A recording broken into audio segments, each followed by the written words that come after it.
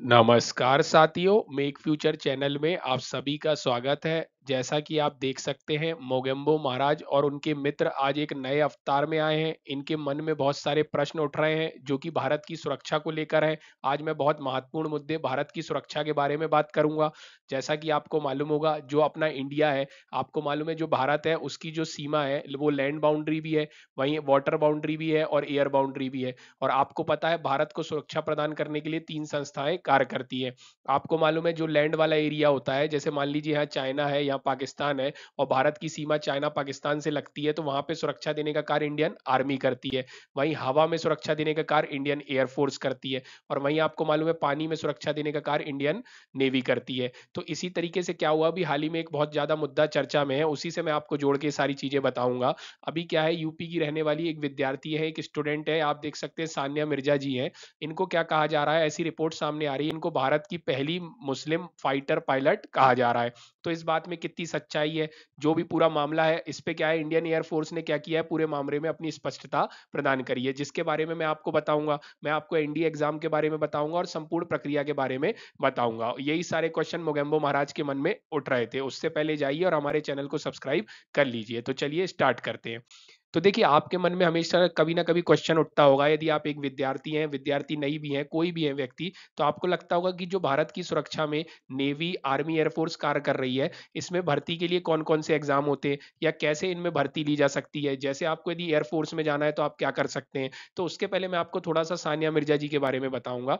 ये जो है, ये डॉटर ऑफ टीवी मैकेनिक है। देख सकते हैं आप, इनके पापा जो है एक टीवी को सुधारने वाले व्यक्ति हैं, है ना। उसके बाद ये कहाँ की रहने वाली है, उत्तर प्रदेश मिर्जापुर की रहने वाली है। और ये अभी बहुत ज्यादा न्यूज में है क्योंकि इन्होंने अभी NDA exam, national defence academy exam को क्रैक किया है। और जैसा मैं आपको बता रहा था कि यदि आपको आर्मी में जाना है, नेवी में जाना है, आपको एयरफोर्स में जाना है, तो उसके लिए आपको एनडीए एग्जाम देना पड़ता है। जिसके बाद क्या होता है, जब आप ये एग्जाम पास कर लेते हैं तो उसके बाद आगे की प्रक्रिया आपको पूरी करनी पड़ती है। तो मैंने अभी सरल शब्दों में बताया कि एनडीए एग्जाम काय के लिए होता है।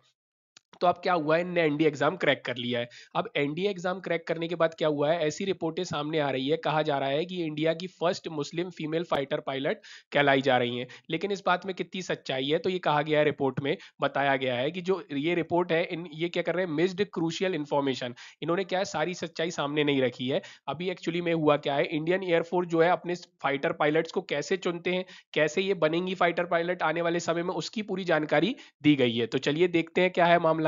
तो देखिए अभी क्या हुआ है, जो सानिया मिर्जा जी है, उन्होंने एनडीए एग्जाम क्रैक किया है, उनकी 149th रैंक आई है। और यहाँ पे बच्चों को सीखने वाली सबसे बड़ी बात यह है, जैसे आप में से कुछ बच्चे होंगे और नहीं है, तो आप चाहते होंगे कि आने वाले बच्चे या आपके भाई बहन या आपके जो भी चाइल्ड होंगे, उनको आप चाहते होंगे कि वो एनडीए क्रैक करें, भारत की सुरक्षा में अपना योगदान दें, भारत देश की सुरक्षा प्रदान करके भारत के विकास में अपना अहम योगदान दें। तो आप देख सकते हो कि कई बच्चे होते हैं जो हिंदी मीडियम स्कूल से होते हैं, और उनको लगता है कि हिंदी मीडियम स्कूल वालों को ज्यादा अपॉर्चुनिटी नहीं मिलती, वो ज्यादा आगे नहीं जा सकते। जैसे कई बार प्रश्न उठते हैं कि जो यूपीएससी है, यूनियन पब्लिक सर्विस कमीशन, उसमें हिंदी का रिजल्ट उतना अच्छा नहीं आ रहा है। तो ये एक तरीके का उदाहरण है, सानिया मिर्जा जी से सीखना चाहिए। आप देख सकते हैं कि वो थोड़े से मिडिल क्लास या लोअर मिडिल क्लास बैकग्राउंड से आती थी, उनके पापा हिंदी और उन्होंने हिंदी मीडियम स्कूल से पढ़ी है। उसके बाद भी उन्होंने बताया कि हम वो सब अचीव कर सकते हैं जो कि हमने सोचा है। हिंदी मीडियम और इंग्लिश मीडियम का कोई भी बैरियर नहीं है, और उनका ये स्टेटमेंट है कि हम सब चीजें अचीव कर सकते हैं, बस हमारे में विल होना चाहिए, और उनने करके दिखाया है। आप देख सकते हैं कि उनका क्या, वो 149 रैंक आया, वो एयरफोर्स के लिए सेलेक्ट हुई, उन्होंने एनडीए का एग्जाम निकाला है।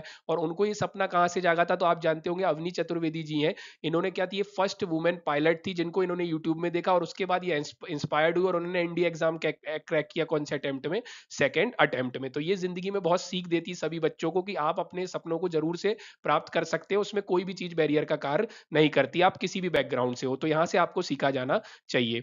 अब मैं आपसे बात करता हूं कि क्या हुआ है, इनका भी एनडीए एग्जाम क्रैक हो गया है। लेकिन आपको जैसे मालूम है कि आप डॉक्टर बनना चाहते हैं, आप इंजीनियर बनना चाहते हैं, तो आप बहुत सारे एग्जाम देते हैं। फिर क्या होता है, आप कॉलेज में एडमिशन लेते हैं, और उसके बाद क्या होता है, आप पूरे कोर्स को करने के बाद निकलते हैं, जब आप इंजीनियर कहलाते हैं, आप डॉक्टर कहलाते हैं। उसी तरीके से क्या हुआ है, ये क्या एनडीए के लिए सेलेक्ट हो गई हैं। लेकिन अब क्या है, इस एनडीए में सेलेक्ट होने के बाद इन्होंने वहां पे क्या है, pilot stream academies fighter pilot stream को चुना है, अभी इन्होंने इस स्ट्रीम को चुना है। अब क्या होगा, अब आगे इनकी ट्रेनिंग होगी, इनके कोर्स को जब ये सक्सेसफुली कंप्लीट कर लेंगी तब ये क्या कहलाएंगी, पहली महिला जो फाइटर पायलट कहलाएंगी, जो कहा जा रहा है रिपोर्ट में। अभी इनको क्या है, पूरा कोर्स करना पड़ेगा। जब वो पूरे कोर्स में, पूरी ट्रेनिंग में सफल हो जाएंगी, पास हो जाएंगी, आगे निकल जाएंगी, तब इनका सपना पूरा होगा। और आईएएफ ने भी इनको बेस्ट ऑफ लक का, इनके ड्रीम पूरे, और अपन भी कहते हैं कि आगे जाइए, बहुत अच्छा काम करें और फाइटर पायलट बनकर निकले। आप यहाँ पे देख सकते हैं आईएएफ ने स्टेटमेंट में क्या कहा है, आईएएफ ने, कि 4 ईयर का क्या करने पड़ेगा, कैंडिडेट को अब पूरा का पूरा कोर्स करना पड़ेगा। उसके बाद क्या है, वो कमीशन होंगी as a pilot in the Indian air force. और 4 साल के दौरान इनको क्या करना पड़ेगा, कंप्लीट करना पड़ेगा designated training for the flying branch. जैसे आपको मैंने बताया कि आप जब कॉलेज में जाते, इंजीनियरिंग कॉलेज में जाते, तो वहां बहुत सारे कोर्स होते हैं, 4 साल में पूरे कोर्स, पूरे प्रैक्टिकल कंप्लीट करने पड़ते हैं। उसी तरीके से इनको जो भी ट्रेनिंग प्रोग्राम होगा फ्लाइंग ब्रांच का, जो भी इनके कोर्स होंगे, जो भी इनको तैयारी होगी, पूरी करके अपने साथियों के साथ क्या होगा, पास होकर आगे निकलना पड़ेगा। उसके बाद इनका सपना पूरा होगा।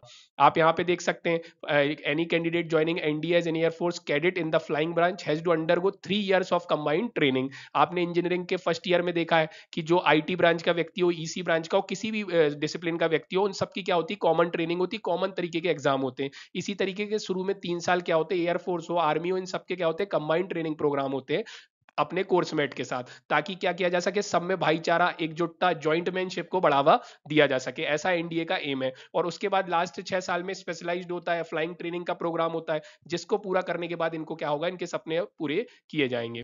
अब आप यहाँ पे, आई होप आपको पूरा मामला समझ में आया होगा। यदि वीडियो पसंद आता है, लाइक शेयर सब्सक्राइब कीजिए। और ये बहुत सीखने वाला मामला है, इससे हर व्यक्ति को, हर बच्चे को सीखना चाहिए, पेरेंट को सीखना चाहिए कि आप अपनी विल से कुछ भी प्राप्त कर सकते हैं। तो लगे रहिए, हार्ड वर्क करते रहिए और अपने सपनों को पूरा कीजिए। चलिए, thank you, thanks for watching.